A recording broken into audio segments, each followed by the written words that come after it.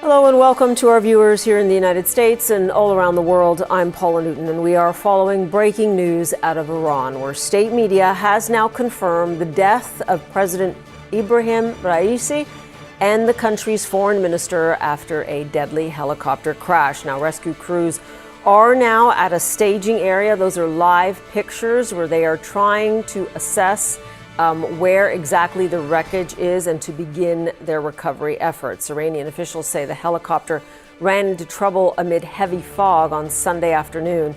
Images of the crash site in Iran's East Azerbaijan province show the remote mountainous area where the aircraft went down.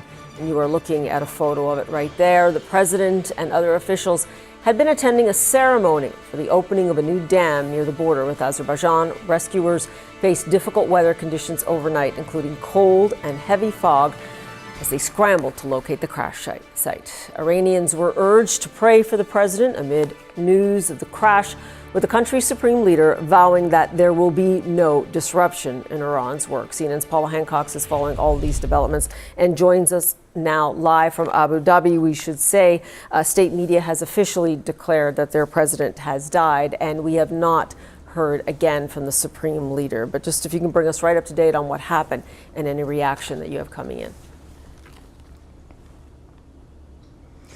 Well, Paula, we now do know that 9 people on board that helicopter lost their lives in the eastern Azerbaijan province. We know that the president was on board, the foreign minister. We understand a governor of that province, also an imam of Friday prayers of that province, along with security, the pilots, the crew. So 9 people in all went down with that helicopter. Now, you have mentioned the dire weather conditions. It took rescue teams around 16 hours to be able to locate and get to that area itself. The rescue teams were unable to put a helicopter into the air, they said, because of the weather conditions.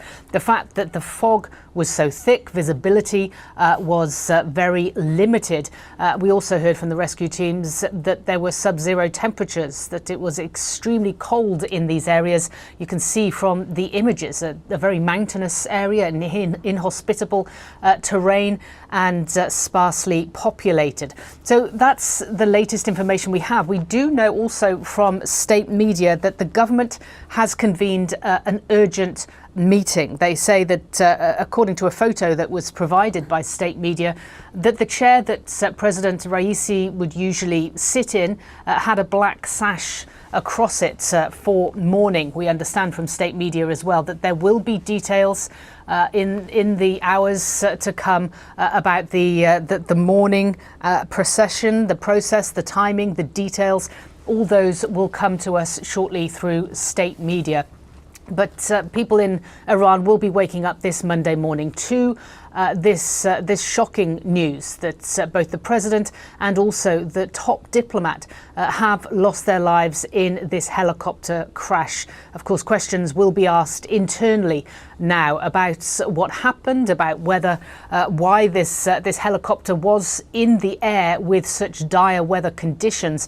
We know it was in a convoy. There were 3 helicopters in all carrying the delegation of President Raisi from this inauguration of the dam project just on the border with Azerbaijan. There were 3 helicopters. 2 of them landed safely, but the one carrying the president and the foreign minister, we know now, did not. Paula.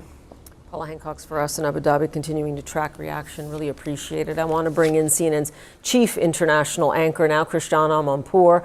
Christiane, really good to have